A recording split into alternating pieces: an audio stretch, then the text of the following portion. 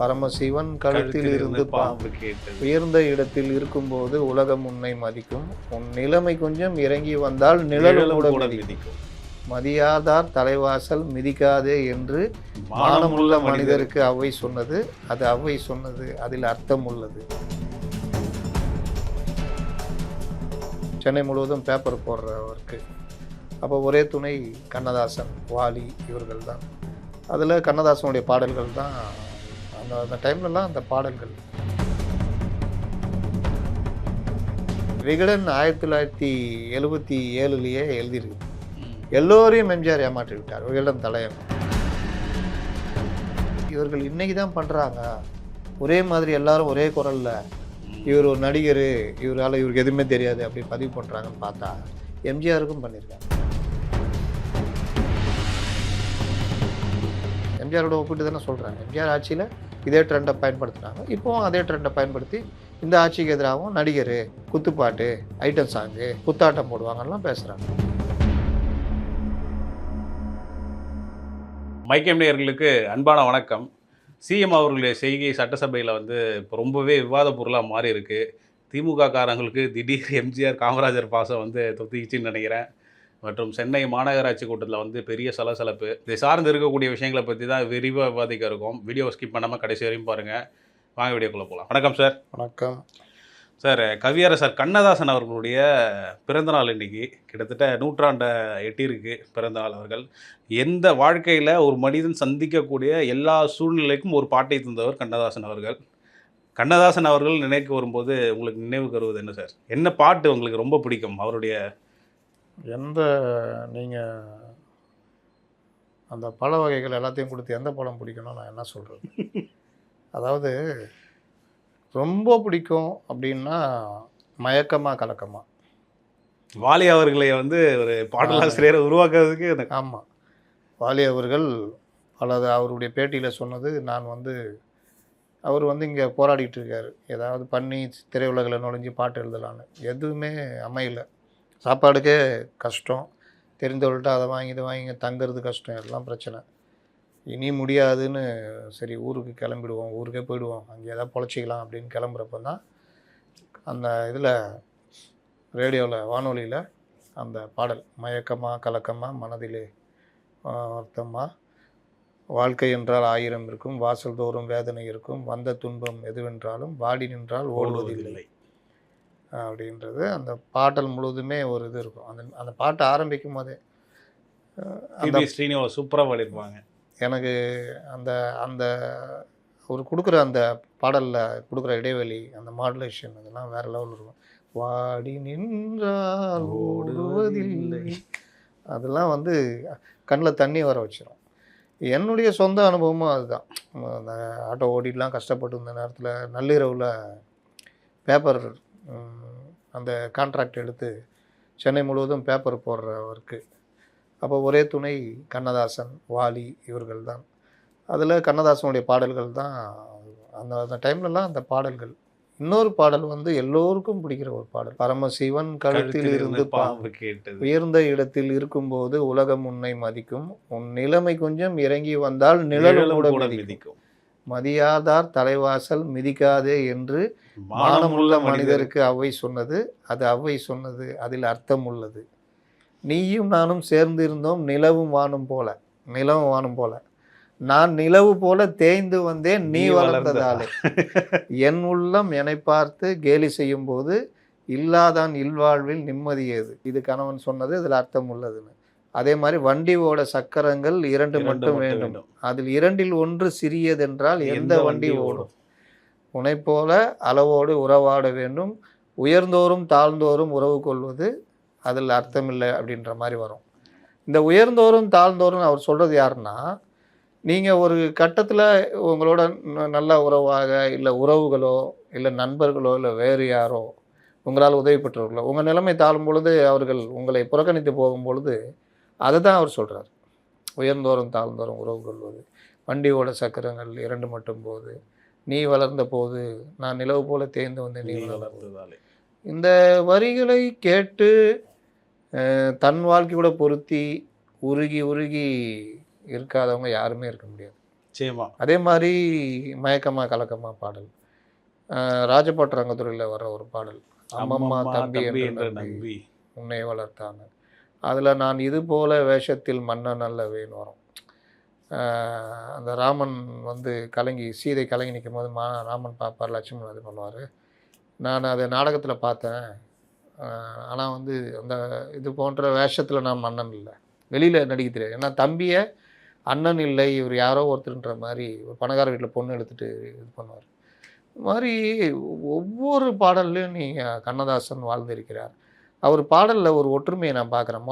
வந்து அவர் வந்து 1924 பிறந்தார்.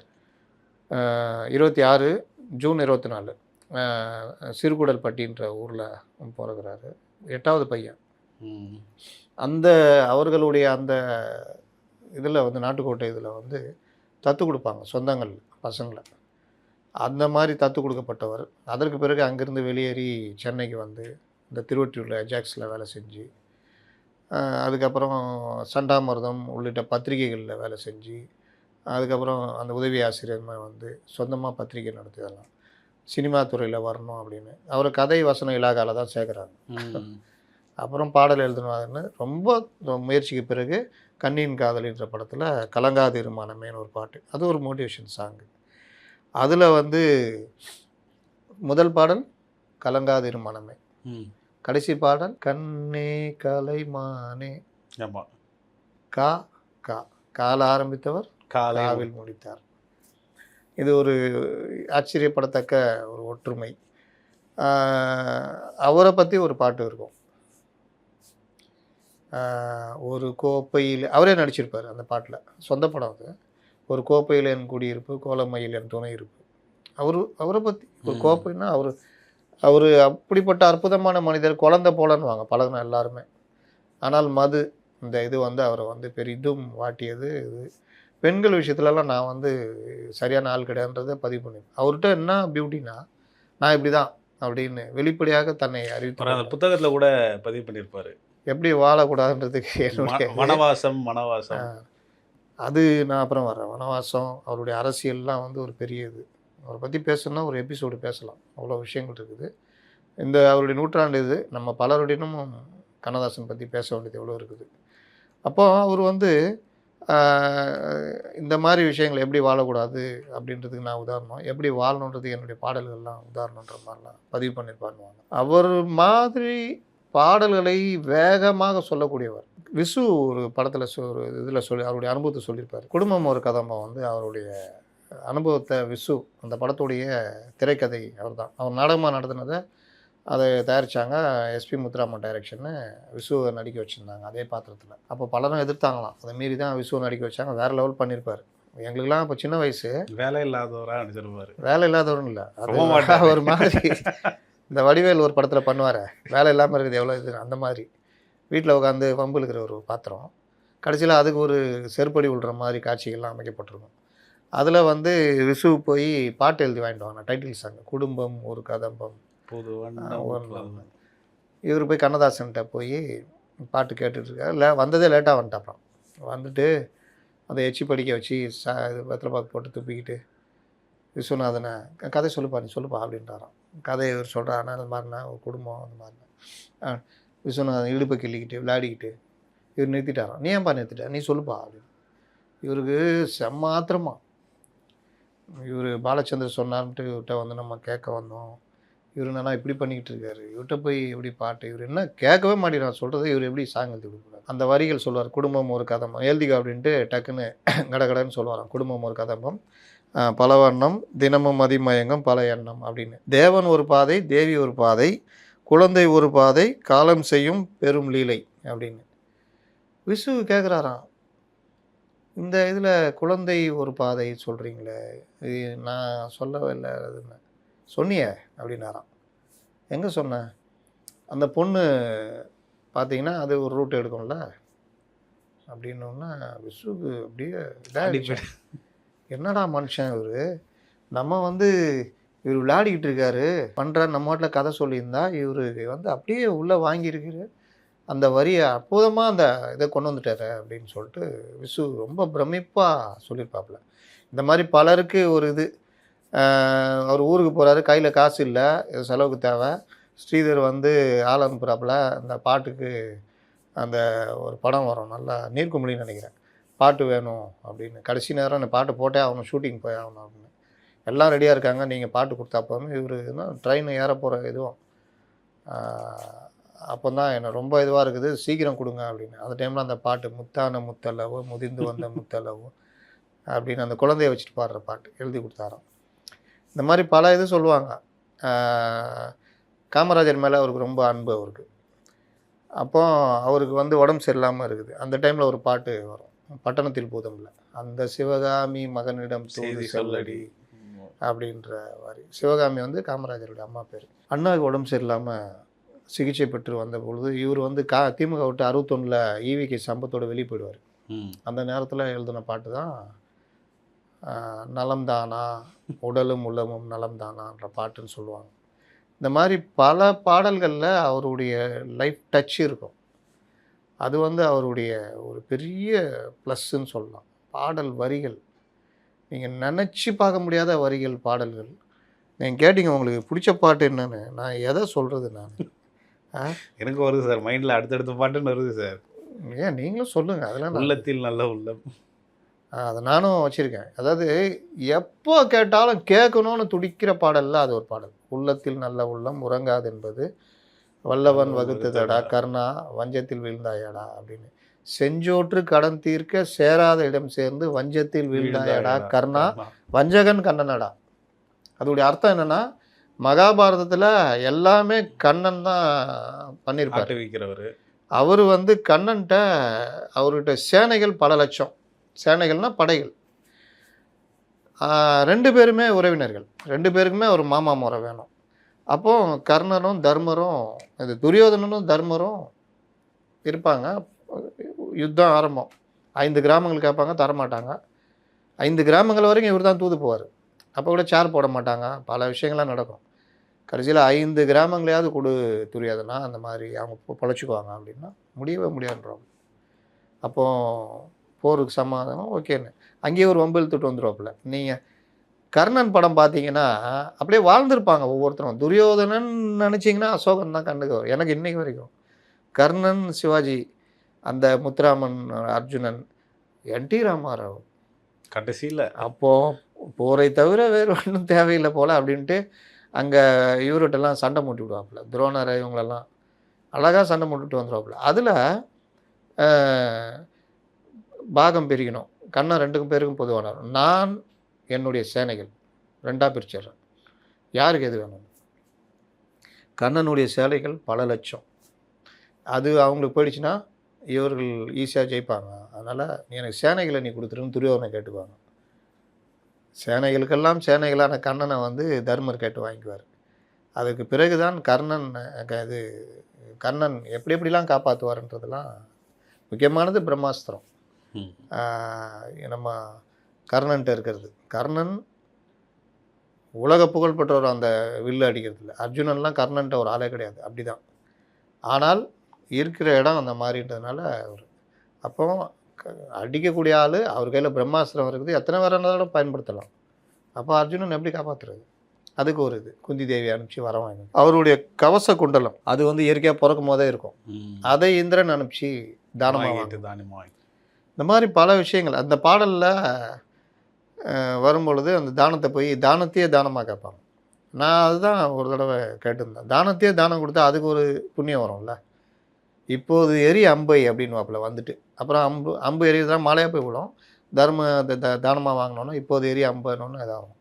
ஆனால் அதுக்கு ஒரு தானத்துக்கு ஒரு நன்மை இருக்கும்ல. அப்போவும் மாலையாக தானே விழணும் என்னமோ. அதில் நல்ல வசனங்கள்லாம் வரும்.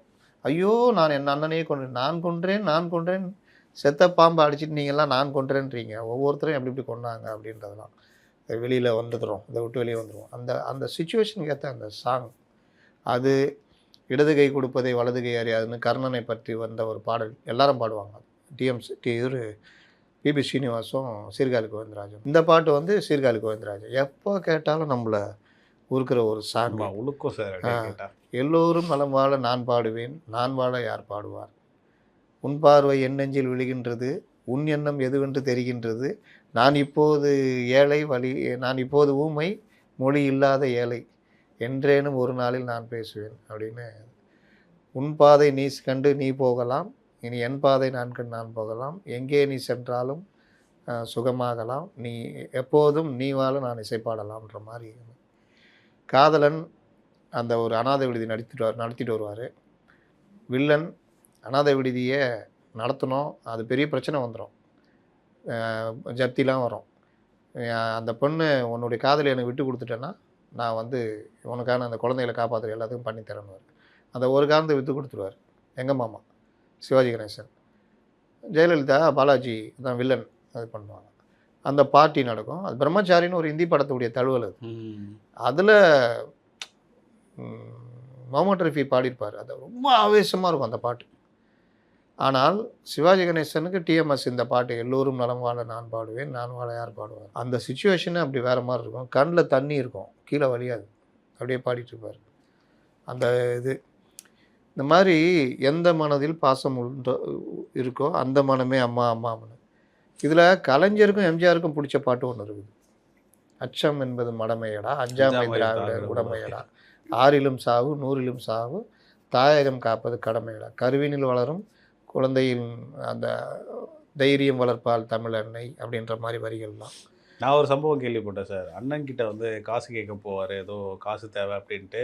அண்ணன் கொடுக்கலன்னு வந்துடுவார். அதை வச்சு ஒரு பாட்டு, அண்ணன் இல்லா தம்பி என்றடா அவசரமான. எந்த அண்ணன்ட்ட? அவருடைய அண்ணன். அப்போல்லாம் அவர் நல்லா வசதியில் இருக்கார், அந்த மாதிரி இருக்காது ஏதோ. ஓகே. ஆனால் அந்த பாட்டு வந்து பெட்டை கோழிக்கு குஞ்சு பிரிஞ்சு போயிட்டா உறவு யாரடான்ற மாதிரிலாம் அந்த வரிகள் அப்படியே உருக்கும்.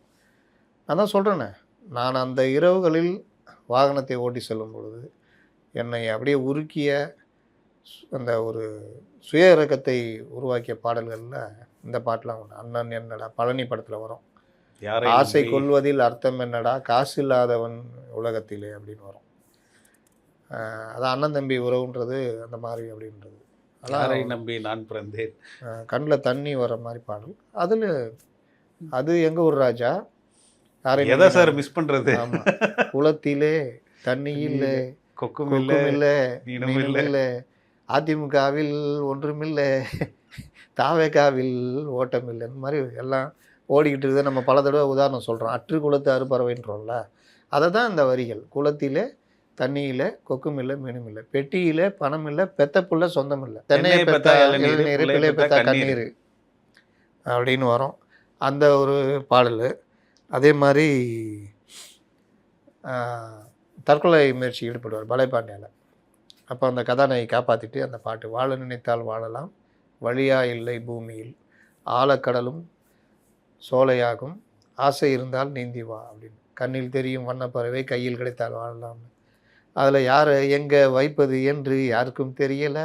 அட அண்டங்காகைக்கும் குயில்களுக்கும் பேதம் தெரியலை, பேதம் தெரியலன்னு. யாரை எங்கே வைக்கணும்னு யாருக்கும் தெரியல அப்படின்ற மாதிரி திமுககாரங்களுக்கு நீங்கள் ஏற்ற பாட்டு பாடிக்கலாம். ஆற்றாமையை தீர்த்து கொள்ளலாம் அந்த மாதிரி. அதே மாதிரி அந்த நினைப்பதெல்லாம் நடந்து விட்டால் அந்த பாட்டு, தெய்வம் ஏதுமில்லை, நடந்ததையே நினைத்திருந்தால் வாழ்க்கையில் அமைதி இல்லை. நீங்கள் நல்லா தத்துவம் அது. நீங்கள் மறக்கிறது தான் வாழ்க்கை. வாழ்க்கையில் உங்களுக்கு சந்தோஷம் வேணும்னா பல விஷயங்களை மறந்துடணும். நீங்கள் என்றைக்கோ என்னை பற்றி பேசியிருப்பீங்க, இல்லை என்றைக்கோ என்னை அவமானப்படுத்தியிருப்பீங்க. ஒரு கட்டத்தில் நீங்கள் அதை ஏதோ ஒரு வகையில் உணர்ந்திருப்பீங்க, இல்லாட்டி உங்களை இயலாமை என்னோட இணைஞ்சிருப்பீங்க. நான் வந்து அதை நினச்சிட்டு இருக்கக்கூடாது. அதோட அயோக்கியத்தனம் எதுவுமே கிடையாது. அப்போது நடந்ததையே நினைத்திருந்தால் வாழ்க்கையில் அமைதி. நான் உங்களை பார்க்குறப்பெல்லாம் எனக்கு அதான் ஞாபகம் வரும். அப்போ நான் உங்கள்கிட்ட எப்படி ஒரு நட்பாக பழக முடியும்? இல்லை ஒரு உறவாக இருக்கிறேன், உங்களோட எப்படி நான் உறவு தொடர முடியும்? உறவு நீடிக்கணும்னா பலதை மறக்கணும்.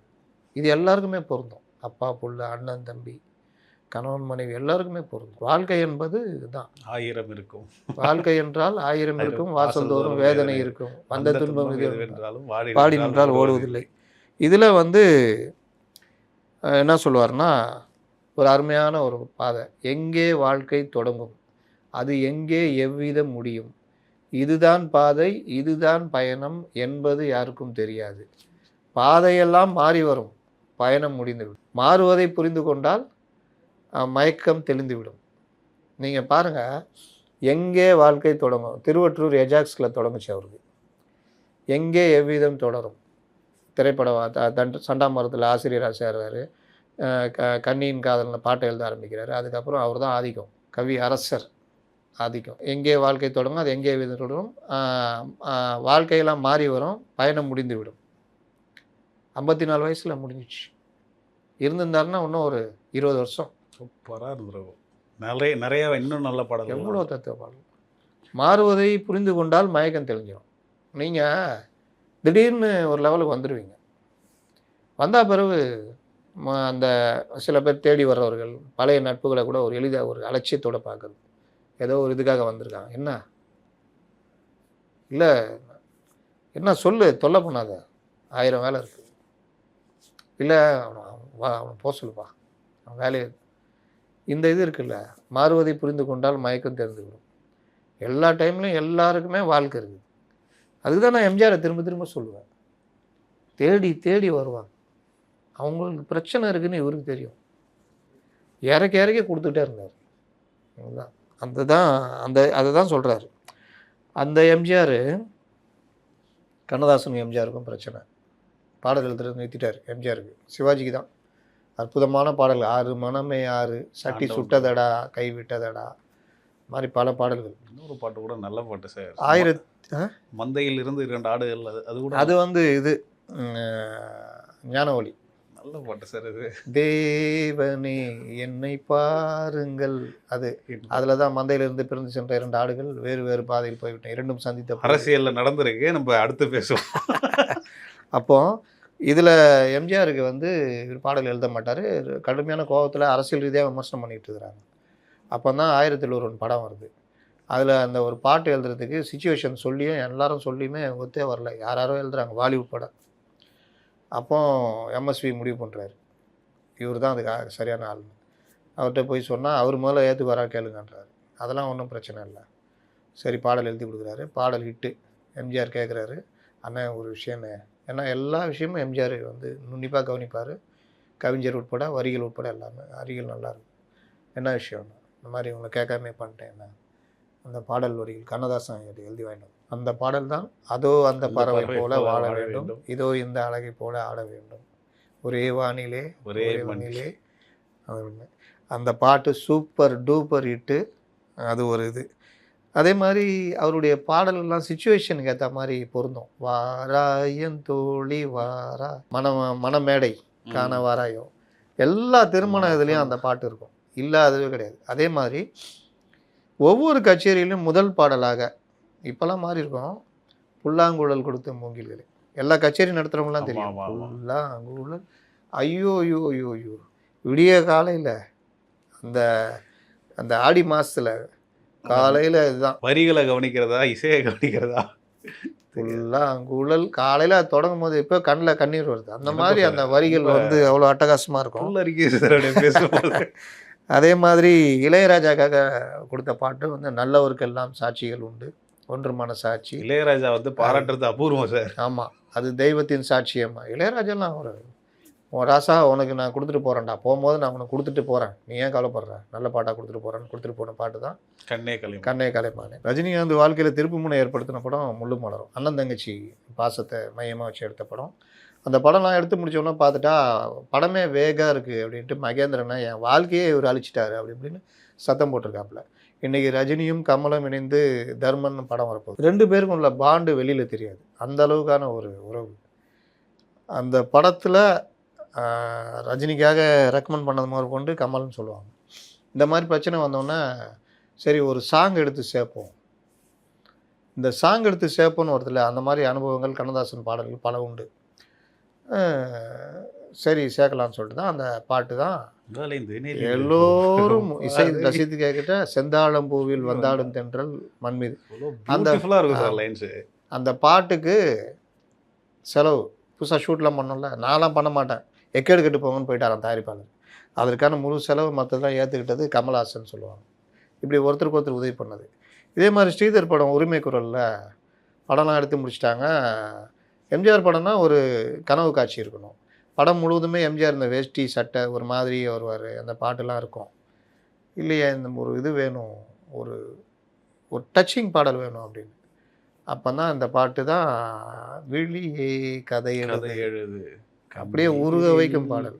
எழுதாதே. ஆமாம், எம்ஜிஆருக்கு அந்த எழுதின ஒரு மோட்டிவேஷன் சாங் தான் வேட்டைக்காரனில் வந்து உன்னை அறிந்தால் நீ உன்னை அறிந்தால் உலகத்தில் போராடலாம், உயர்ந்தாலும் தாழ்ந்தாலும் தலை வணங்காமல் நீ வாழலாம். வாழலாம். மாபெரும் சபை இதில் இன்னொரு வரியும் வரும், இந்த மாபெரும் சபையில் இருந்தால் உனக்கு மாலைகள் விழ வேண்டும், அந்த வரி வருதுல்ல. அதே மாதிரி கற்றவர் சபையில் உனக்காக தனி இடம் வேணும்னா அதே மாதிரி இதுலேயும் ஒரு வரி வரும். இது ஒன்று. அதே மாதிரி பாசம் படத்தில் எம்ஜிஆர் ஃபுல்லாக அந்த முரட்டுத்தனமாக காமிக்கிறதுக்கு ஒரு முரட்டு துணியில் கோட்டு தச்சு போட்டு மூஞ்சி ஃபுல்லாக கறி பூசிக்கிட்டு விக்கிலாம் வேறு மாதிரி வச்சுக்கிட்டு எம்ஜிஆர் உடம்பு ஒரு மாதிரி இருக்கும், ஒரு மாதிரி நடிச்சிருப்பார். அப்படி தான் பண்ணிட்டு அந்த படத்தில் எம்ஜிஆர் இறந்து போன மாதிரி காட்சிகள் கடைசியில் இருக்கும். அந்த படம் வந்து ஃபஸ்ட்டு சீன் பார்த்தீங்கன்னா ஜெயிலேருந்து வருவார். அப்போ விக்கு வேறு விக்கு இருக்கும். வந்தவுடனே அந்த அந்த கையை சுழட்டி பாடுற இது இருக்குல்ல, உலகம் பிறந்தது எனக்காக, அப்படியே ஒரு துள்ளல் பாடல்னு வர நம்ம அமீது துள்ளல் இசை அப்படின்னு வர அந்த மாதிரி ஒரு துள்ளல். உலகம் பிறந்தது எனக்காக, ஓடும் நதிகளும் எனக்காக, மலர்கள் மலர்வது எனக்காக, அன்னை மடியை விரித்தார் எனக்காக, காற்றில் மிதக்கும் ஒளிகளில் கடலில் தவழும் அலைகளிலே இறைவன் இருப்பதை நான் என்னை அவனை தான் அறிவான். அப்படியே அந்த அந்த சாங் கேட்டிங்கன்னா நான் பல நேரம் ஒரு மாதிரி இருக்கிறப்போ அந்த மாதிரி பாடல்கள் கேட்பேன். அது வந்து நமக்கு தனியாக ஒரு ஒரு கூஸ் பம்புன்னுவாங்களா, அது கொடுக்கும். அதற்கு இந்த மாதிரி விஷயங்கள்லாம் முக்கியமாக எம்ஜிஆர் பாடல்கள். இதில் பல பாடல்கள் அது வாலி எழுதுனதாக இருக்கும், யார் எழுதுனதாக இருக்கும். நான் ஏன் பிறந்தேன், தம்பிக்கு ஒரு பாட்டு, ஒரு மேதை பகல் வேலை கையில் விளக்குடன் சென்றாராம், மனிதன் எங்கே தேடுகின்றேன் காணவில்லை என்றாராம், பிறப்பால் இறப்பால் இருப்பவரெல்லாம் மனிதர்கள் என்றாராம்னு வரும். உழைப்பால் வர்றவன் தான் மனுஷன், உருவம் இதெல்லாம் கிடையாதுன்ற மாதிரி அந்த பாடல் வரும். எம்ஜிஆர் பாட்டு அது யார் எழுதுனதுன்னு தெரில, நேமாக கண்ணதாசனாக இருக்கலாம். அந்த அந்த வரிகள் எல்லாமே நீங்கள் எம்ஜிஆர் சொல்கிறேன், எம்ஜிஆர் சாங்க்கு.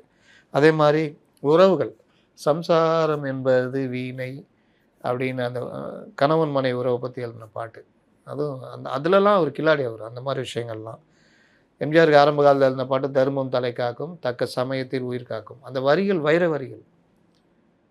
காத்துச்சா இல்லையா? கண்டிப்பாக. இங்கே பாஞ்சிருந்தா இப்படி போயிடுச்சு.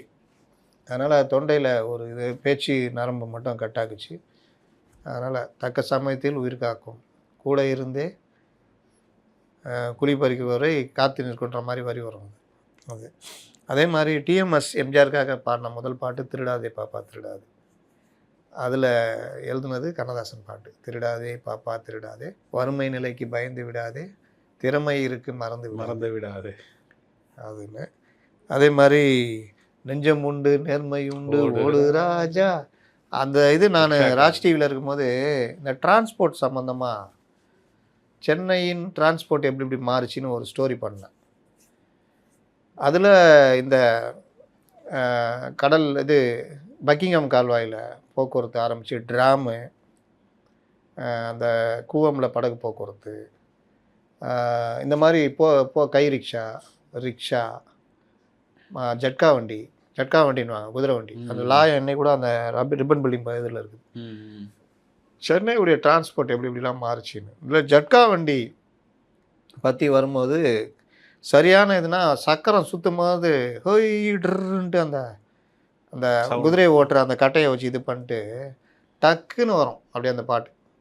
ஹொய்ன்னு நெஞ்சம் உண்டு நேர்மை உண்டு ஓடு ராஜா பாட்டு அப்படி ஸ்ட்ராங்காக அப்படியே ஸ்டார்ட் ஆகும்.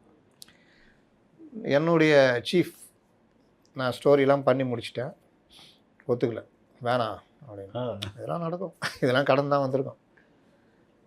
ஒத்துக்கல, எடிட்டர்கிட்ட போய் சொல்கிறோம். நான் அப்புறம் போய் சொல்கிறேன், இல்லை சார் ரொம்ப கஷ்டப்பட்டு ரொம்ப இது பண்ணியிருக்கோம், ரொம்ப விஷுவல் எடிட்டர்லாம் ரொம்ப இதாகிட்டாங்க. நான் அந்த காட்சிகள் எடுத்து கொடுத்தது இது பண்ணோம் அது பண்ணோன்னா அந்த அந்த இவங்க இன்றைக்கும் என்கிட்ட அவ்வளோ உறவாக இருப்பாங்க. ஏன்னா அந்த அந்த க்ரியேட்டிவிட்டி, அதுக்காக கஷ்டப்பட்டது, இந்த மாதிரி விஷயங்கள்லாம் அவங்களுக்கு ரொம்ப பிடிக்கும். எல்லாருடைய உழைப்பும் அதில் இருக்குது. ஆனால் ஒரு செகண்டில் வேணான்றாங்க. அப்போ எடிட்டர்கிட்ட சொல்கிறேன், இல்லை சார் இந்த மாதிரி விஷயம் நல்லா இது போட்டால் நல்லாயிருக்கும். சென்னை டே வருது அது. அப்போ சரி ரைட்டு, இவரை பார்க்க சொல்லுங்கள் சீஃப் ரிப்போர்ட்டரை. ஓகேண்ணா பாருங்கள். அவர் தான் தடை போட்டது. சரி நான் போகிறேன், சரி பார்க்கட்டும் பார்க்கட்டும் அப்படின்னு போகிறேன். அவர் ஒத்துக்கொள்ள வச்சது எது தெரியுமா? ஹொய்ன்னு பாட்டு, நெஞ்சம் உண்டு சபாஷ் முத்தலிப்பு இது, போன முத்தலிப்பு இது அப்படின்னு ஒரு செகண்டில் அது மாறிடுச்சு. அந்த மாதிரி வரிகளுக்கு சொந்தக்காரர் அந்த இது. அதே மாதிரி அவரை பற்றி பாடின பாட்டு, ஒரு கோப்பையிலே என் குடியிருப்பு, ஒரு கோலமையில் என் துணை இருப்பு பாடல். அதான படைப்பதினால் நான் இறைவன் அப்படின்வார். காவிய தாயின் இளைய மகன், காதல் பெண்களின் பெருந்தலைவன் அப்படின்னா அதில் நான் படைப்பதனால நான் இறைவன் சொல்லிட்டு வருவார். எவ்வளோ அற்புதமான வரி அவரை பற்றி பாடினது. அதே மாதிரி எம்ஜிஆருக்கு எழுந்தது குறுக்கு வழியில் வாழ்வு தேடிலும் திருட்டு உலகமடா, இது கொள்ளையடிப்புன்னு குலை பகவான் படத்தில் வரும். அதே மாதிரி போயும் போயும் மனிதனுக்கு இந்த புத்தியை படைத்தானே அது வரும். அந்த மாதிரி பல வரிகள் வந்து நீங்கள் அப்படியே நெஞ்சத்தில் நிச்சு தைக்கிற மாதிரி. அதே மாதிரி எம்ஜிஆருக்கு பெரிய அளவில் பேர் வாங்கி கொடுத்த படம் புதிய பூமி. அந்த கிராமத்துக்கு வருவார் டாக்டரு, ஏதோ அடிபட்டு வந்திருப்பார், ஜெயலலிதா காப்பாற்றிருப்பாங்க. அது ஒரு மலை சூழ்ந்த மலை கிராமம். அங்கே இருக்கிற மக்களை ஒருத்தங்க அச்சம் பண்ணிட்டு வரோம் ஒரு குரூப்பு, எல்லோரையும் அடித்து தோற்றிடுவார் எம்ஜிஆர். அடித்து தோர்த்திட்டு அந்த பாட்டு, நான் உங்கள் வீட்டு பிள்ளை இது ஊர் அறிந்த உண்மை, இதெல்லாம் எம்ஜிஆர் ஒவ்வொரு வீட்லேயும் கொண்டு போய் சேர்த்துச்சு. நான் உங்கள் வீட்டு பிள்ளை இது நான் செல்லுகின்ற பாதை பேரறிஞர் காட்டும் பாதை. அதே மாதிரி தாய் இல்லாமல் நான் இல்லை, அம்மாவை ரொம்ப வருஷம் பார்த்த ஒரு பையன் பாடுறது, நல்ல நல்ல பிள்ளைகளை நம்பி, அதில் மேடையில் முழங்கு அறிஞரன்னா போல், சென்சாரில் போய் கட் பண்ணிட்டாங்க, மேடையில் முழங்கு திருவிக்கா போல்னு வரும். அதே மாதிரி கடவுள் என்னும் முதலாளி கண்டெடுத்த தொழிலாளி விவசாயி, என்ன சாங் அது, அப்படி கூஸ்பம் சாங் தான் அது. பையன் எங்கே இருக்கான், எங்கே இருக்கான் அப்படின்னா, எங்கே இருப்பான், வயலில் தான் இருக்கிறான் அப்படின்வாங்க. அப்போ அந்த வயலில் இந்த பாட்டு வரும். அதில் என்ன வளம் இல்லை இந்த திருநாட்டில், என் கையை ஏந்த வேண்டும் வெளிநாட்டில் அப்படின்னு, ஒழுங்காய் பாடுபடு வயக்காட்டில் உயரும் நம் மதிப்பு அயல் நாட்டில்னு வரும் அது. அதே மாதிரி உழைக்கும் கைகளே உருவாக்கும் கைகளே, இந்த மாதிரி பல இது. நீங்கள் உங்கள் பீரியடில் இருந்ததா? எங்கள் பீரியட்லாம் இருந்தது. இந்த கடைசி ஸ்கூல் முடிச்சு இல்லை கல்லூரி முடிச்சு கிளம்பும் போது ஒரு பாட்டு பாடுவோம் எல்லாருமே, பசுமை நிறைந்த நினைவுகள். உங்கள் காலத்திலலாம் இருந்திருக்காரு? இல்லை இல்லை, எங்கள் காலத்தில் தான் அப்போது அந்த பாடல்கள் வந்து ரொம்ப ரத்த திலகத்தில் அது, எந்த ஊரில் எந்த நாட்டில் எப்படி இருப்போமோ அப்படின்னு அது வந்து அது பிரிஞ்சு போகிற அந்த மாணவர்கள் பாடுற பாட்டு. அப்புறமா கூட வேற ஒரு பாட்டு கூட அது மாதிரி வந்துச்சு. ஆனால் இந்த பாட்டுடைய வரிகள் மாதிரி இருக்காது. சிவாஜி கணேசன் சாவித்ரி நடிச்சிருப்பாங்க, பசுமை நிறைந்த ரத்த திலகம் படத்தில் வர பாட்டு. அதே மாதிரி ஒரு கூஸ்பம் பாட்டு, என்னதான் நடக்கும் நடக்கட்டுமே வரும் அடிக்கடி அந்த இதில், தன்னாலே வெளி வரும் தயங்காதே ஒரு தலைவன் இருக்கிறான் மயங்காதே. அதே மாதிரி ரொம்ப 70s வந்த ஒரு பாட்டு, வில்லனை ஹீரோவாக்கும் அந்த சாங் மட்டும் ஹீரோ ஆக்கிடும். வீட்டுக்கு உதவாதவன், ஒன்றும் தெரியாது, ஒரே குடிச்சிக்கிட்டு இருப்பான், குடும்பத்துக்கு உதவாதவன், அந்த பொண்ணு தான் காப்பாற்றுவா, எல்லாம் பண்ணுவா. நைட்டு குடிச்சிட்டு வருவான், வீட்டுக்குள்ளே சேர்க்கூடாதுன்னுவா. அந்த அண்ணன் தான், அந்த தங்கச்சி தான் குடும்பத்தை காப்பாற்றுவா, அண்ணனை வெளியே நிறுத்திடுவா. அண்ணிலாம் அப்படியே இயலாமையில் கம்முன்னு இருப்பாங்க, ஏன்னா அவள் தான் குடும்பத்தை காப்பாற்றுவா கஷ்டப்பட்டு. இதுன்னு அந்த பாட்டு, தெய்வம் தந்த வீடு வீதி இருக்கு. இன்றைக்கும் அந்த பாட்டை ரசிக்காதவங்க யாருமே இருக்க முடியாது. தெய்வம் தந்த வீடு அப்படியே உருக்கும் ஏசுதாஸ் குரல்ல, வீதி இருக்கு அப்படின்னு. இந்த வீடு என்ன சொந்தம், அதில் தான் நான் கேட்ட தாய் தந்தை படைத்தானா, இல்லை என் பிள்ளை என்னை கேட்டு வளர்ந்தானா அப்படின்ற மாதிரி வரியெல்லாம் வரும். பல பாடல்கள், காதலுக்கு பாடினது, மயக்கம் என்ன இந்த மௌனம் என்ன, மணி மாளிகை தான் கண்டேன், கலக்கம் என்ன அப்படின்னு.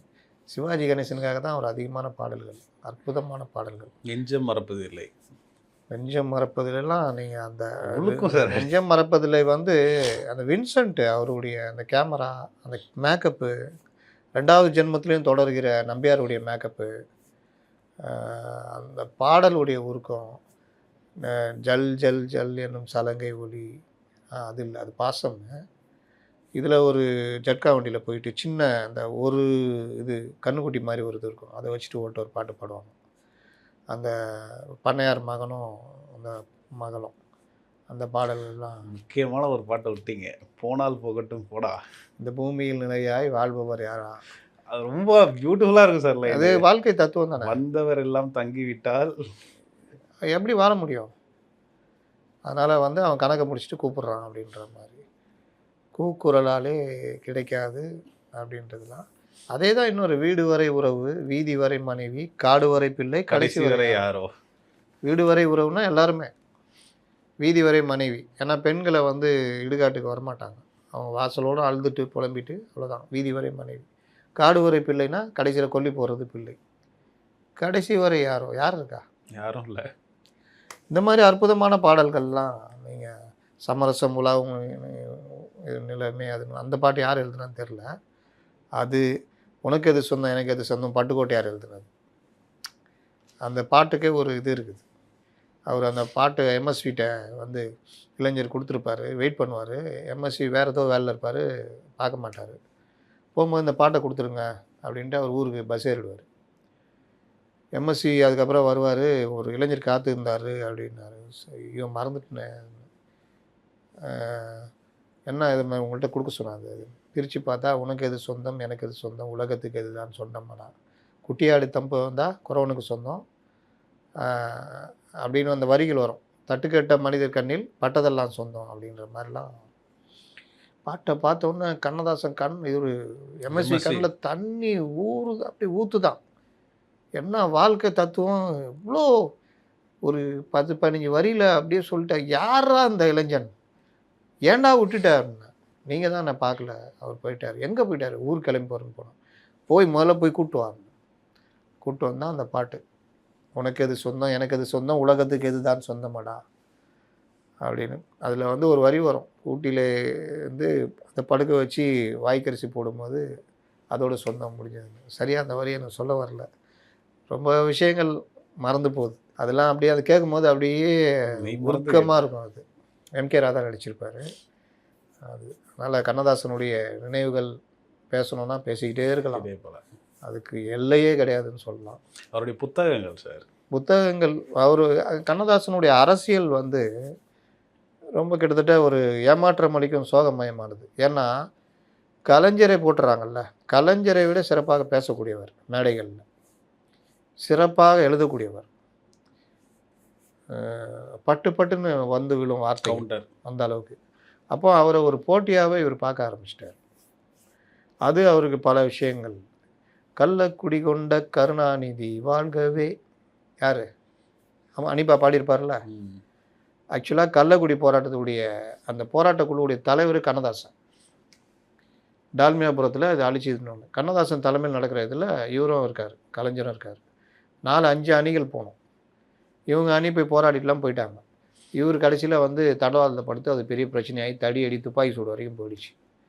ஜட்ஜி கோவப்பட்டு தண்டனை கொடுத்துட்டாரு. யாருக்கு? இவங்களுக்கெல்லாம் வெளியே போயிட்டாங்க ஜாமீன்லாம் வாங்கிட்டு. கூட்டத்துடைய தலைவர் யார்? கண்ணதாசன். 1.5 வருஷம் ஜெயிலில் இருந்தாராம். அதில் வனவாசத்தில் எழுதியிருப்பார். ஆனால் பேர் யாருக்கு? கள்ளக்குடி கொண்ட கருணாநிதி வாழ்கவே. இந்த மாதிரி பல விஷயங்கள் அவர் எழுதியிருப்பார். எப்படிலாம் ஏமாற்றப்பட்டோம், இந்த அரசியலில் இந்த மாதிரி சூதுகள் இதெல்லாம் எனக்கு தெரியல அப்படின்றது. கடைசியில் இவர் இந்த பெரியாருடைய அண்ணன் பையன் ஈவேகி சம்பத், சொல்லின் செல்வன், சிறந்த பேச்சாளர்கள், நல்ல நாலேஜ். ஆனால் இவர்களோட அண்ணாவோட மோதல், பொதுச் செயலாளராக அவர் தான் வந்திருக்கணும். அவரை மாதிரி மண்டைய கல்வி இவர்கள் போச்சரை வந்து அப்புறம் வெளியேற்றுறாங்க. அதில் அவரோட போனவர் தான் கண்ணதாசன். வெளியே போய் தமிழ் தேசிய கட்சின்னு ஆரம்பித்தது அவங்க தான். தமிழ் தேசிய கட்சி ஆரம்பித்தது. கையில் இருக்க காசெல்லாம் இழந்து செலவு பண்ணி கட்சி சரியாதாம அப்புறம் காங்கிரஸுக்கு போனாங்க. அந்த மாதிரி அவருடைய அரசியல் வாழ்க்கை ரொம்ப இதெல்லாம் வனவாசம் அந்த புக்கிலலாம் எழுதியிருப்பார். அர்த்தமுள்ள இந்து மதம்னு அவருடைய 3 தொடர் வெயிட் பண்ணிட்டு இருந்தேன். இந்து மதத்தை பற்றி, அதாவது ஆரம்பத்தில் அவர் கலைஞரோட பழகிய காலகட்டங்கள்லாம் ஜூபிலர் பிக்சர்ஸ்லாம் பழகும் பொழுது இந்த நாத்திக கருத்துக்களால் ஈர்க்கப்பட்டு இது பண்ணார். அதற்கு பிறகு அவர் இயல்பான இதில் வந்துட்டார். எம்ஜிஆர் அதே மாதிரி தான். அதுக்கப்புறம் எழுதுனது தான் அர்த்தமுள்ள இந்து மதம். இயேசு காவியம்னு ஒன்று எழுதியிருக்காரு, மிகப்பெரிய ஒரு கவிதை இதில். அர்த்தமுள்ள இந்து மதம் பெரிய அளவில் எல்லோரும் படிக்கக்கூடிய ஒரு புத்தகம். அதே மாதிரி சேரமான் காதலின்னு ஒரு சரித்திர நாவல், அது சாகித்ய அகாடமி விருது அவர் கிடைச்சிது. அவருடைய எழுத்தாற்றல், அவருடைய இதை நீங்கள் பார்க்கணும்னா தாமரை இதழ். நீங்கள் யாரும் நிற்க முடியாதுங்க. அந்த அளவு ஒரு எழுத்தாற்றல் மிக்கவர் அவர். அதனாலமோ என்னமோ தான் கலைஞருக்கும் அவருக்கும் ஆகாமல் போச்சு அரசியலில். இதில் மற்றபடி நட்பாக இருந்தாங்க. எம்ஜிஆருக்கும் அவருக்குமே பெரிய பிரச்சனைலாம் இருந்தது. ஆனால் எம்ஜிஆர் அவரை கூப்பிட்டு அரசவை கவிஞராக்குனார். வாலிக்கிட்ட எம்ஜிஆர் கேட்டிருக்காரு, உங்களுக்கு ஏதாவது இதில் வருத்தம் இருக்குதா அப்படின்னு. எனக்கு அண்ணா என்னென்ன, நீங்கள் என்னை விட 6 வயது மூத்தவர், அவர் பார்த்து வளர்ந்தவங்க நாங்கள், அவர் தான் இருக்கணும். எனக்கு ஒரே ஒரு கோரிக்கை என்ன அப்படின்றார் எம்ஜிஆர். அவர் வாழும் காலம் வரை அரசவை கவிஞராக இருக்கணும். என்னென்னா அவர் நியமித்த சில வருடங்களே அவர் இறந்து போனார். ஏதோ ஒரு வகையில் வாலியுடைய அது. அதனால தான் அரசவை கவிஞராக அரசு மரியாதையோட அவருடைய பூத உடல் அடக்கம் செய்யப்பட்டது. அதனால் பலரும் அன்றைக்கி டிஎம்எஸ்லேருந்து எல்லாம் கதறி அழுதாங்க. அந்த இது இன்றைக்கும் அந்த காட்சி எனக்கு இருக்குது. டிடியில் பேட்டி கொடுத்து ஒவ்வொருத்தரும் கதறி அழுதுலாம் இருக்குது. நினைவேந்தலில் கூட வாலி அவர்கள் ஒரு கவிதை சொல்லியிருப்பார், ரொம்ப அழகான கவிதை. எழுத படிக்க தெரியாத எவ்வளவோ பேர்களில் யமனும் ஒருவன், அழகிய கவிதை புத்தகத்தை கிழித்து போட்டு விட்டான். இந்த மாதிரி கவிதைகளில் வந்து அண்ணாவுக்கு கலைஞர் எழுதுனது, எங்கே அண்ணா சென்றாய், உன் இதயத்தை தந்திட அண்ணான்னு முடிச்சிருப்பாப்புல. ரொம்ப உருக்கமாக இருக்கும். தன் மனைவி இருந்த பொழுது தான் எவ்வளோ பெரிய அயோக்கியன், ஒரு பிரபலமாக இருக்கிறதுனால மனைவியிடம் நேரம் ஒதுக்கம் இல்லை, மனைவி மதிக்கிறது இல்லை அப்படின்றது பற்றி திருச்சி சிவா எழுதின அந்த இது. விவேக் தன் மகன் மரணத்தை நேரத்தில் ஒரு எழுதின ஒரு இது. இந்த இப்போ நீங்கள் சொல்கிறது இதெல்லாம் படிச்சிங்கன்னா கண்ணீர் வரும். என்னாலையும் பேச முடியல. கவிஞருக்கு ஒரு பிறந்தநாள் வாழ்த்துக்களை சொல்லுவோம். இந்த அரசு நான் வைக்கிற கோரிக்கை, அவர் பிறந்த சிறுகூடல்பட்டியில் அந்த இல்லத்தை, அரசு விழாவை அங்கே நடத்தணும் அப்படின்னு கோரிக்கை வச்சுருக்காங்க. அந்த கோரிக்கையை நிறைவேற்றுவாங்க. தமிழ் வளர்ச்சித்துறை, செய்தி ஒலிபரப்புத்துறை அமைச்சர் ராஜ்மோகன் இந்த கோரிக்கையை பரிசீலிப்பார்னு நினைக்கிறேன். அதே மாதிரி கண்ணதாசனுடைய பாடல் வரிகளை வைத்து பட்டிமன்றங்கள், இந்த மாதிரி இந்த ஒரு ஆண்டில் பாடல் வரிகளுக்கான அதை பற்றி எழுதுகிற கட்டுரைகளுக்கு பரிசு, அவரை பற்றிய பேச்சு போட்டிகள், இந்த மாதிரி கண்ணதாசனை நாம் ஏன் நினைவு கூறணுன்றத, கண்ணதாசன் பாடல் வரிகளில் விஞ்சி நிற்பது என்ன அப்படின்ற மாதிரி பல விஷயங்களை வந்து இந்த ஓராண்டு மக்கள்கிட்ட, இளைஞர்கள்ட்ட, ஜென்சிக்கிட்ட கொண்டு போய் சேர்க்கணும். நம்ம கூட ஒரு கவிஞர் வாழ்ந்திருக்கிறார், இந்த மாதிரிலாம் கொண்டு போயிருக்காரு அப்படின்றத கொண்டு போகணுன்னு கேட்டுக்கிறேன். பல வரிகள் வாலி எழுதின வரிகளெல்லாம் கண்ணதாசன் எழுதுனான்னு நினச்சிக்குவாங்க. இப்போ நான் சொன்னதில் கூட சில விஷயங்கள் எனக்கு புரிப்படலை. ஏன்னா நான் எல்லாருமே அப்படி தான் நினச்சிட்ருப்போம். அதில் மனோரமா ஒரு தடவை மேடையில் கண் போன போக்கிலே கால் போகலாமான்னு எவ்வளோ அழகாக கண்ணதாசன் எழுதிட்டாருன்னு பேசிட்டாங்க. வாலி ஃபோன் போட்டு, அந்த பாடல்லாம் கரெக்டு தான்மா, ஆனால் அது எழுதுனது நான். அந்த மாதிரி பல பாடல்கள் வாலி எழுதுனதே கூட கண்ணதாசன் ஏன்னா இவர் தான் எழுதுவார், இப்படி தான் எழுதுவாருன்னு எல்லாம் நினச்சிக்குவாங்க. அதனால தான் கண்ணதாசன் போற்றப்படும் ஒரு கவிஞராக இருக்கிறார், என்றும் இருப்பார். தமிழ் உள்ளவரை இருப்பார் அப்படின்றத, தமிழ் உள்ளவரை பல தமிழறிஞர்கள், கவிஞர்கள் இருப்பார்கள். அந்த வரிசையில் கண்ணதாசன் முதல்வராக இருப்பார் அப்படின்னு. முதல்வராக இருக்க முடியவில்லை, ஆனால் இதில் முதல்வராக இருப்பார். இங்கே தமிழ்நாட்டு அரசியலுக்கு வருவோம். திமுக காரங்களுக்கு என்ன சார், திடீர் காமராஜர் அவர்கள் மேலே பாசம், எம்ஜிஆர் அவர்கள் மேலே பாசம்ட்டு அனிதா ராதாகிருஷ்ணன் அவர்களுடைய ப்ரெஸ் மீட் பார்த்துருப்பீங்க. காமராஜர் மேலே உள்ள பாசம் வந்து இனப்பாசம், ஜாதி ரீதியான பாசம். எம்ஜிஆரை பற்றி இவர்கள் பேசுவதற்கு காரணம் விஜய். எம்ஜிஆரை புகழ்ந்து பேச வச்சுட்டாங்க. அதனால் இது நான் நேற்று பேசுனதில் நான் நேற்று ஒரு விஷயம் குறிப்பிட்டிருந்தேன். இவர்கள் இந்த நடிகர், இந்த ஒரு ட்ரெண்டை, சட்டசபையில் இவர் நடிகர் ஷூட்டிங் நடத்துகிறாரு, குத்துப்பாட்டு கூட வரும் வருங்காலத்தில் அப்படின்னு அந்த இசை கலைஞர்களை, அந்த சினிமா கலைஞர்களை, சினிமா துறையிலிருந்து வந்த உதயநிதி ஸ்டாலின் அந்த பேசுகிறது இதெல்லாம் வந்து சரியில்லை, இன்னொன்று சபையும் அவமதிக்கிறாருன்ற மாதிரி நான் பதிவு பண்ணியிருந்தேன். இப்போ அந்த இதை வந்து இவர்கள் இன்றைக்கி தான் பண்ணுறாங்க. ஒரே மாதிரி எல்லாரும் ஒரே குரலில் இவர் ஒரு நடிகர், இவருக்கு எதுவுமே தெரியாது அப்படி பதிவு பண்ணுறாங்கன்னு பார்த்தா எம்ஜிஆருக்கும் பண்ணியிருக்காங்க. அப்போது எம்ஜிஆருக்கும் இவர்கள் பண்ணியிருக்காங்க. இந்த அரத பழசு டெக்னிக்கை இன்றைக்கி விஜய்க்கும் பண்ணுறாங்க அப்படின்றது விகடன் 1977 எழுதியிருக்குது. எல்லோரையும் எம்ஜிஆர் ஏமாற்றி விட்டார். விகடன் தலையங்கம், அன்றைக்கு இருந்த விகடன். இன்றைக்கு இருந்த விகடன்லாம் .com இருக்குது, அது எப்படி இருக்குன்னு தெரியல. ஆனந்த விகடன் நான் சொல்கிறது. அதில் எம்ஜிஆரை பற்றி இப்படிலாம் சொன்னாங்க. ஆனால் அவர் சட்டசபையை சிறப்பாக அவர் வந்து வழிநடத்திட்டு பண்ணியிருக்காரு. எம்ஜிஆர் எங்களை ஏமாற்றி விட்டார் எம்ஜிஆர், பலரை ஏமாற்றி விட்டார் எம்ஜிஆர். நடிகரால் நாடாள முடியுமா என்று சற்று கேலியாக கேட்ட பலரை நன்றாகவே ஏமாற்றி வருகிறார் அவர். நிர்வாகம் என்பது கால்ஷீட் கொடுப்பதில்லை. சட்டமன்றம் என்பது செட்டில் நடப்பது அல்ல. பிரச்சனைகளை சமாளிப்பது என்பது சினிமா விலங்குகளை அடித்து வீழ்த்துவதல்ல. பேச்சுவார்த்தைகள் நடத்துவது டூயட் பாடுவதல்ல என்றெல்லாம் தேர்தலின் போது கிண்டலும் குத்தலுமாக பேசியவர்கள் எல்லோரும் இன்று மூக்கில் விரலை வைத்து வியக்கிறார்கள். சேம் நரேட்டிவ் வருதா? தாங்கள் நினைப்பதற்கெல்லாம் மாறாக எம்ஜிஆர் பொறுப்பும் பொறுமையும் நிதானமும் விவேகமும் மிக்கவராக நடந்து கொள்வதைக் கண்டு அதிசயிக்கிறார்கள். முதலமைச்சராக பதவியேற்ற நாளிலிருந்து அந்த நாற்காலிக்குரிய மரியாதை குறைகிற மாதிரி இது நாள் வரை அவர் நடந்து கொண்டதாக தெரியவில்லை. மாறாக அதற்கு கௌரவம் சேர்த்து தரும் வகையிலேயே பேசியும் செயலாற்றியும் வருகிறார். சட்டசபையில் பொறுப்புடன் பதில் சொல்வதோடு சூடும் காரமும் அதிகமாகும் நேரங்களில் குறுக்கிட்டு ஆளும் கட்சி எதிர்க்கட்சி இருசாரையும் சமாதானப்படுத்தும் அவரது செயல்முறை போற்றத்தக்கதாக இருக்கிறது. எதிர்க்கட்சியினர் கொக்கி போட்டு மடக்க பார்த்தால் மிக சாதுரியமாக நழுவிக்கொள்கிறார். ஆத்திரமூட்டும்படி கேள்வி கேட்டால் உங்களால் என்னை கோபப்படுத்த முடியாது என்று கூறி அவர்களை ஏமாற்றி விடுகிறார். கண்டிக்க வேண்டியவற்றை அடக்கமாக நாசுக்காக ஆனால் உறுதியாக கண்டிக்கிறார்.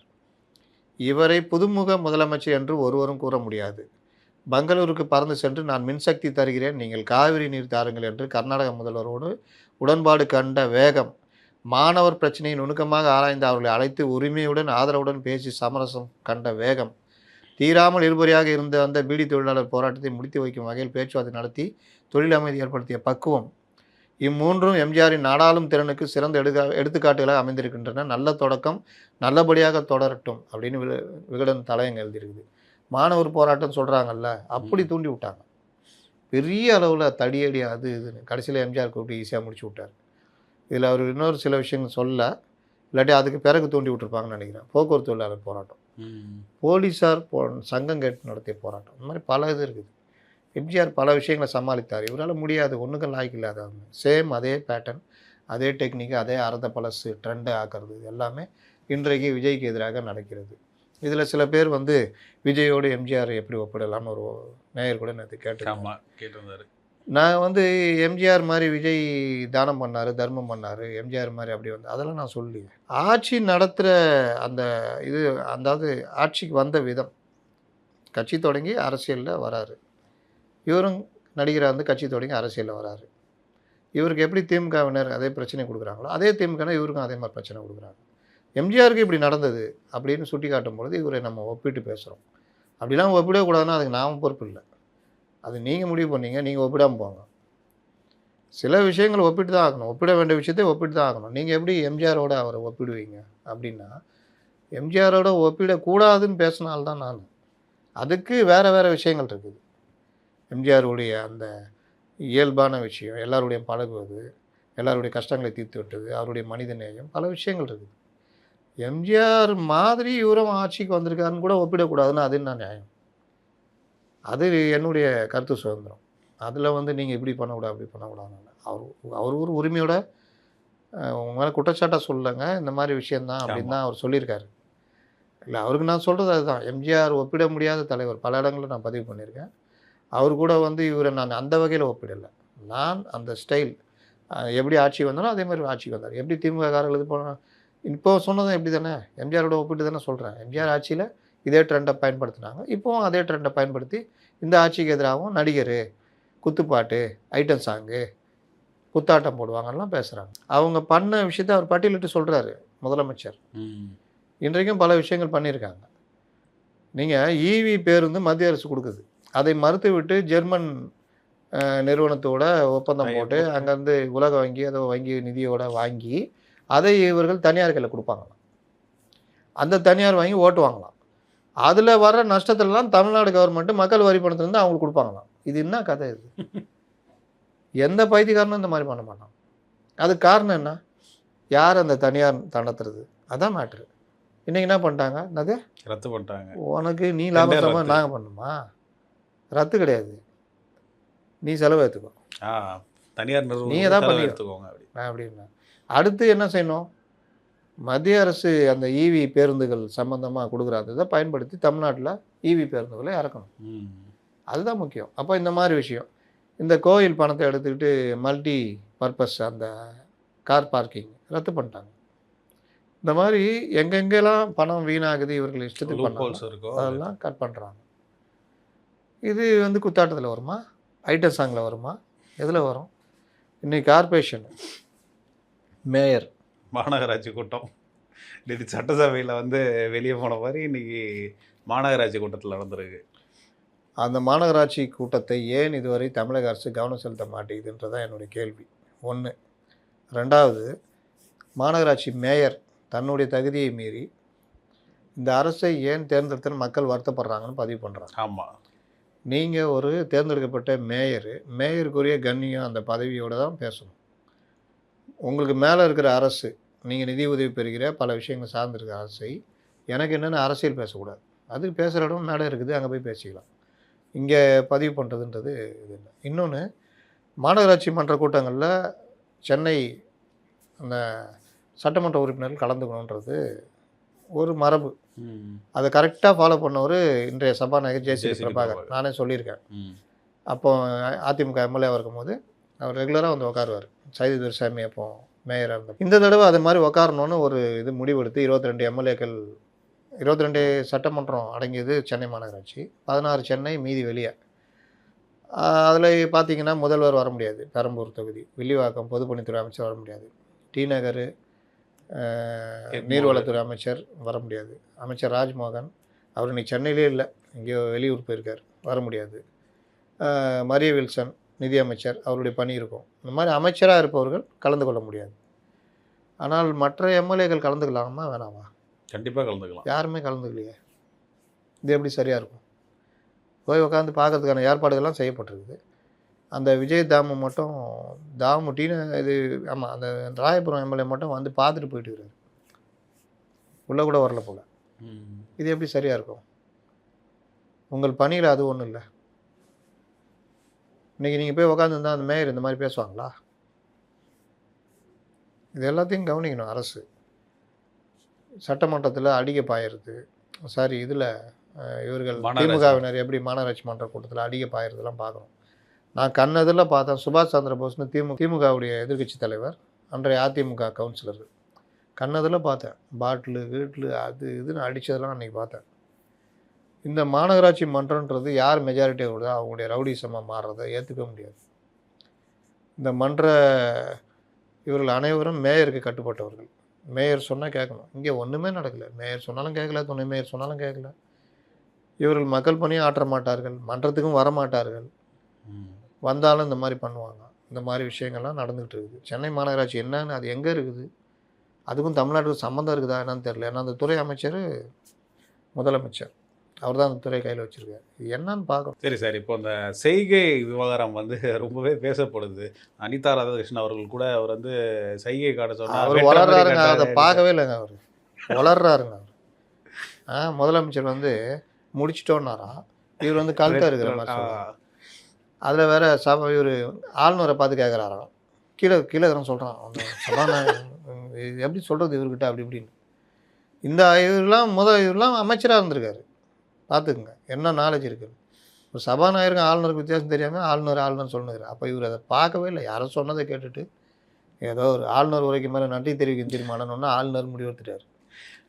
அதனால் இவங்களுக்கு கொடுத்த நரேட்டிவே இவங்க சொல்கிறாங்க. அது கரெக்டாக சொல்லணும்ல. நடிக்க தெரில பாருங்கள், கொண்டையை மறைக்க தெரில. எதுக்குமே வாய திறக்காத நயினார் நாகேந்திரன் அவர்களும் சட்டசபை இது வந்து அவர் வந்து சினிமா ஷூட்டிங் போல் நினச்சிட்டாரு அப்படின்ட்டு கருத்து தெரிவிச்சிருக்கேன். நானும் இருக்கேன், நான் தான் இருக்கேன்ல அப்படின்னு காமிக்கிறாங்க. வேற என்ன பண்ணுறது? இதே மாதிரி ஒரே பாணியில் எல்லாரும் போய்கிட்டு பண்ணிக்கிட்டு இருந்தால் 10ஓட 11 போயிடுவீங்க. நீங்கள் என்ன வித்தியாசத்தை கொடுக்க போகிறீங்க? இன்றைக்கி அன்புமணி ராமதாஸ் சொல்கிறாரு, சில விஷயங்களை சுட்டி காமிக்கிறார். அந்த மாதிரி விஷயங்களை சுட்டி காமிச்சு நீங்கள் தனித்துவமாக இருப்பீங்க. இல்லாவிட்டால் நான் இருக்கேன் இல்லைன்ற கதை தான். சரி சார், தொடர் குற்றச்சாட்டு வைக்கக்கூடியது என்னென்னா, திமுக தரப்புலேருந்து நாங்கள் அப்போவே கரூர் விஷயத்தில் கேஸ் போட்டிருந்தா விஜய் அவர்கள் வந்து அரசியலுக்கு வந்திருக்க முடியாது, ஓடி இருப்பார் அப்படின்ட்டு. இன்றைக்குமே அதே கண்டினியூ பண்ணிட்டு தான் வராங்க. இன்றைக்குமே அதை மிரட்டுறீங்களா? மிரட்டுறீங்க. நீங்கள் கேஸ் போட்டு இருந்தா இல்லை, இதே தான் ஏவாவேலு பேசினார். ஆமாம், நான் அதுக்கு ஒரு பெரிய பதிவை போட்டிருந்தேன். நீங்கள் கேஸ் போட்டு இருந்தா இல்லை, போட ட்ரை பண்ணீங்க, என்னென்ன பண்ண முடியுமோ பண்ணீங்க, அதுக்கு மக்கள்கிட்ட இருந்து வாங்கி கட்டிக்கிட்டீங்க. அதாவது 10 வருஷத்துக்கு முன்னாடி இவ்வளோ சொல்லி ஏமாற்றலாம், 1 வருஷம் 2 வருஷம் முன்னாடி இவ்வளோ ஏமாற்றுவீங்க. நீங்கள் என்னென்ன பண்ணீங்கன்னு சொல்லவா? செப்டம்பர் 27 இந்த இது நடந்த உடனே அவர் எல்லாருமே சிதறாங்க. ஏன்னா அவங்களுக்கு எல்லாமே புதுசு. ஒரு மாநில பொதுச் செயலாளர் தலைமறைவாயிடுறாரு. இவரும் வீட்டில் போய் உக்காந்தவர் தான் 30 நாள்.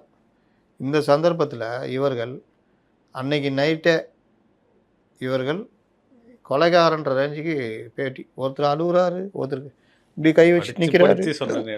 துபாய்க்கு போனவர் வராரு, பேட்டி கொடுத்துட்டு மறுபடியும் துபாய்க்கு அவருடைய இன்ப சுற்றுலாவை தொடருது. இங்கே செத்து போனவங்க பற்றி கவலை இல்லை. துபாயில இருந்து வந்து இவரை திட்டிட்டு மறுபடியும் துபாய்க்கு போயிட்டாராம். 41 பேர் இறந்த துக்கம். நான் இதுக்கு வந்தேன். முதல்வர் இங்கேருந்து ஃப்ளைட்டு பிடிச்சி நைட்டு அங்கே போய் குற்றவாளி இவர் தான் அப்படின்ற மாதிரி அவரும் பதிவு பண்ணுறாரு. கிட்டத்தட்ட விஜய் கதையை முடிச்சு விட்டாங்க அன்னைக்கு. அதோடு முடிஞ்சது அப்படின்ற மாதிரி. காலையில் ஒரு மனிதர் வந்தார், மேட்ரை திருப்பி விட்டார் எடப்பாடி பழனிசாமி பேசுவார். அதற்கு பிறகு மத்தியானம் அண்ணாமலை இறங்கி அடிச்சு விட்டாப்புல. புரோட்டோகால் தெரியுமா உங்களுக்கு? அந்த க்ரௌடு மேனேஜ்மெண்ட்டு தெரியுமா? போலீஸுக்கு இது ஐபிஎஸ்க்கு இது சொல்லி கொடுத்துருப்பாங்கல்ல க்ரௌட் மேனேஜ்மெண்ட்டு, ஏன் நீங்கள் பண்ணல அப்படின்னு. நான் இப்போ சொல்கிறேன், அந்த இதில் ஏன் சஸ்பெண்ட் பண்ணல? அந்த விஷயங்கள்லாம் பல விஷயங்கள் இன்றைக்கி கவர்மெண்ட்டு அதை பார்க்கணும். நான் யாரையுமே சஸ்பெண்ட் பண்ணல, யார்ட்டையுமே விளக்கம் கேட்கல. அதெல்லாம் அண்ணாமலை அன்றைக்கி கேட்டார். எத்தனை அதிகாரிகள் இந்த விஷயத்தை பார்த்தாங்க, இது ஏன் இது பண்ணாங்க? இது ஒன்று. அதற்கு பிறகு இவங்க என்ன பண்ணாங்க, ஒரு ஆணையம் போடுறாங்க. ஆணையம் போட்ட உடனே அந்த ஆணையக்காரங்க அப்படியே போகிறாங்க, அப்படியே அவங்க கூட வீடியோலாம் எடுத்துகிட்டு போயிட்டு அவங்க போய் அப்படியே மக்கள்கிட்ட கேட்குறாங்க. அந்த மாதிரி ஆணையம் பண்ணக்கூடாது. முன்னாள் நீதிபதி கூட அவங்க தான் அருணா ஜெகதீசன். அவங்களுக்கு என்ன இன்ஸ்ட்ரக்ஷன் தெரில. அவங்க போய் அப்படியே லைவில் கேட்குறாங்க. லைவில் ஒருத்தர் சொல்கிறாரு, அதை அப்படியே இது பண்ணுறாங்க. அப்படிலாம் கிடையாது. எழுத்தர் இருக்கணும், குறிப்பு எடுக்கணும், அவங்கள வரவழைச்சி கேட்கணும், அதை டைப் பண்ணி அதை இது பண்ணி சைன் வாங்கணும். இதுதான் ஆணையத்துடைய வேலை. ஆனால் சினிமாவில் அந்த முதல்வன் படத்தில் வருமே, அந்த மாதிரி நேராக போவாங்க, அப்படியே கேட்பாங்க, அப்படியே டிவியில் நம்ம காமிப்பாங்க. இது ஒரு பக்கம். அமுதா ஐஏஎஸும் டேவிட்சன் தேவாசீர்வாதம், அப்போ ஏடிஜிபி லாண்ட் ஆர்டர், 2 பேரும் பேட்டி கொடுக்குறாங்க. என்ன கொடுக்குறாங்க? இவங்க தான் காரணம் அப்படி கொடுக்குறாங்க. அப்போவே நம்மலாம் பதிவு பண்ணோம். இது என்னையா இது? 2 அதிகாரிகள் தீர்ப்பு, அதாவது ஒரு ஆணையம் போட்டு விசாரணை ஆரம்பிச்சிருக்குது, இவர்கள் தீர்ப்பு சொல்கிறாங்க. ஆணையம், அப்போ ஆணையம் எப்படி போகும்? ஆணையமே இப்படி தானே போகும் அப்படின்னு கோர்ட்டில் போய் இந்த எஸ்ஓபி சம்மந்தமாக ஒரு வழக்கு போகுது. எஸ்ஓபியில் வேறு ஒரு வழக்கு ஏதோ போகுது. அதில் ஜட்ஜி இதை எடுத்து எஸ்ஓபி போட்டு இவர்களை கடுமையாக கண்டித்து ஒரு எஸ்ஐடி போடுறாரு, ஸ்பெஷல் இன்வெஸ்டிகேஷன் டீம். அதுக்கு இன்றைய இன்டெலிஜென்ஸு ஐஜி அஸ்ராகார் தலைமையில் ஒரு இது டீம் போடுறாப்புல. அவர் கண்ணாப்பின்னு அவரும் அந்த தீர்ப்பில் சொல்கிறாப்புல. இதெல்லாம் உச்சநீதிமன்றம் சுட்டி காட்டியிருக்குது. அதுதான் நான் சொல்கிறேன். இது எப்படி சரியாக இருக்கும்? ஒரு ஆணையம் போடுறீங்க, அரசு உயர் அதிகாரிகள் 2 பேர் பேட்டி கொடுக்குறீங்க, அதில் தீர்ப்பை நீங்களே எழுதுறீங்க. இது இல்லாமல் உயர்நீதிமன்றம் சம்மந்தமில்லாத வழக்கில் சம்மந்தமில்லாத விஷயத்தை எடுத்து ஒரு எஸ்ஐடி போடுறாங்க. அதில் நீதிமன்றமே பல விஷயங்களை இவர்கள் தான் குற்றவாளின்ற மாதிரி கொண்டு போகிறாங்க. இது எல்லாம் எதுக்கு? இது ஆணையம் இருக்கும்போது எஸ்ஐடி எதற்கு? இப்போ இது எல்லாம் எதையோ உணர்த்துதே. அதனால தான் எங்களுக்கு உங்கள் பிரச்சனை அது இப்படியே சொல்கிறாங்க. அரசியல் ரீதியாக உங்களுக்குள்ளே உள்ள பிரச்சனை அது எங்களுக்கு தேவையில்லை. எங்களுக்கு தேவை 41 பேருடைய அவங்களுக்கு தங்கள் உறவினர்கள், குழந்தைகள், பெற்றோர் மற்ற எப்படி இறந்தாங்கன்ற இது தெரியணும், உண்மை தெரியணும். அவங்களுக்கு தேவை நீதி. அதுக்காக தான் நாங்கள் சிபிஐ விசாரணைக்கு உத்தரவிடுறோன்னு வாலண்டரியாக உத்தரவிட்டாங்க. அப்போ நீங்கள் என்னென்ன வேலை பண்ணீங்க? உச்சநீதிமன்றம் தான் தடுத்து விட்டுச்சு. இல்லாட்டி விஜய் கைது கூட பண்ணியிருப்பாங்க. அண்ட் அதர்ஸ் போட்டதெல்லாம் அதுக்கு தானே. அதனால் இன்றைக்கி உக்காந்துக்கிட்டு நாங்கள் பண்ணியிருந்தா அவர் போயிருப்பார். அதே எப்படி போய்ட்டு ஓடிடுவார்? அவர் அந்த 30 நாள் நான் ஓடியா போனார். நான் இனி அரசியல் இல்லை நான் சொன்னார் இல்லை. என்னமோ இவர்கள் தான். அதுதான் நாங்கள் இந்த பட்டியலின மக்கள் ஜட்ஜாக வராங்கன்னா திமுக போட்ட பிச்சை இந்த துணி இருக்குல்ல, அதே துணி தான் இந்த துணி. அதனால் இவர்கள் இப்படி பண்ண அவருக்கு அங்கே இது ஏறிக்கிட்டே போகும். தயவுசெய்து ஒரிஜினல் அரசியல், ஒழுங்கான அரசியல் பண்ணுங்க தான் நான் திரும்ப இந்த பதிவெல்லாம் பண்ணுறது. சரி சார், திமுக, அதிமுக ப்ளஸ் பிஜேகே இவங்கள மாதிரி புடலங்கா கூட்டணி இல்லை, சிபிஎம் கூட்டணி அப்படின்ட்டு சமூக வலைதளங்களில் மார்க்சிஸ்ட் கம்யூனிஸ்ட் பதிவு போட்டிருக்காங்க. நேற்றே நான் இந்த பத்திரிகையாளர்கள் பண்ண அயோக்கியத்தனம், அதுக்கப்புறம் வீடியோ பார்த்துட்டு இதை போட்டிருக்காங்க போல. ஆமாம், அதுக்கப்புறம் இவர்கள் போக ரொம்ப எங்கள்கிட்ட தான் வாங்கி தின்னேன், நாங்கள் தான் அப்படி இப்படி கொள்கை குன்றுகள் அப்படி இப்படின்னா அவர் கோவம் வருமா வராதா? ஏன்னா கூட பார்க்குறவங்க கே பாலகிருஷ்ணன் வேணால் கம்னு இருக்கலாம், இவர் எப்படி கம்னு இருப்பார்? அதான் அந்த புடலங்காலாம் எங்களுக்கு தெரியும், நீங்கள் உள்ள ஒன்று வெளியில் ஒன்று எங்களுக்கு தெரியும்ட்டாப்புல. சேர்த்தே போட்டாங்க சார். அதான் நான் தான் சொல்கிறேனுங்க, 2031 அதை நோக்கி நகர்தா இல்லையா பாருங்கள். அதுக்கு தான் அவர் போடுறது. நான் எதுனா ஒத்துக்கிட்டார், அப்புறம் என்ன. அதனால் அதை நோக்கி போகிறாங்க. அதை இவர் இன்றைக்கி உங்கள் கொள்கை புடலங்காலாம் எங்களுக்கு தெரியும், நீங்கள் உள்ளே ஒன்று வெளியே ஒன்றுன்றார். வெளியே பிஜேபி எதிர்ப்பு, உள்ள நட்புக்காரம். ரொம்ப அழகாக கருத்துக்களை பதிவு பண்ணீங்க. மீண்டும் ஒரு நேர்காணல் சந்திப்போம். நன்றி சார். இந்த வீடியோ உங்களுக்கு பிடிச்சிருக்குன்னு நம்புகிறோம். மேலும் இந்த மாதிரி பல விஷயங்களை தெரிஞ்சுக்க மைக்கேம் சேனலை சப்ஸ்கிரைப் பண்ணி தொடர்ந்து எங்களுக்கு ஆதரவு கொடுத்துட்டு வாங்க. புதுசாக தொடங்கியிருக்க மைக்கேம் என்டர்டெயின்மெண்ட் சேனலுக்கும் தொடர்ந்து உங்களுக்கு ஆதரவு கொடுத்துட்டு வாங்க. பல வீடியோக்கள் அதில் உங்களுக்காக காத்துக்கிட்டு இருக்கு. அடுத்த வீடியோவில் சந்திப்போம். நன்றி.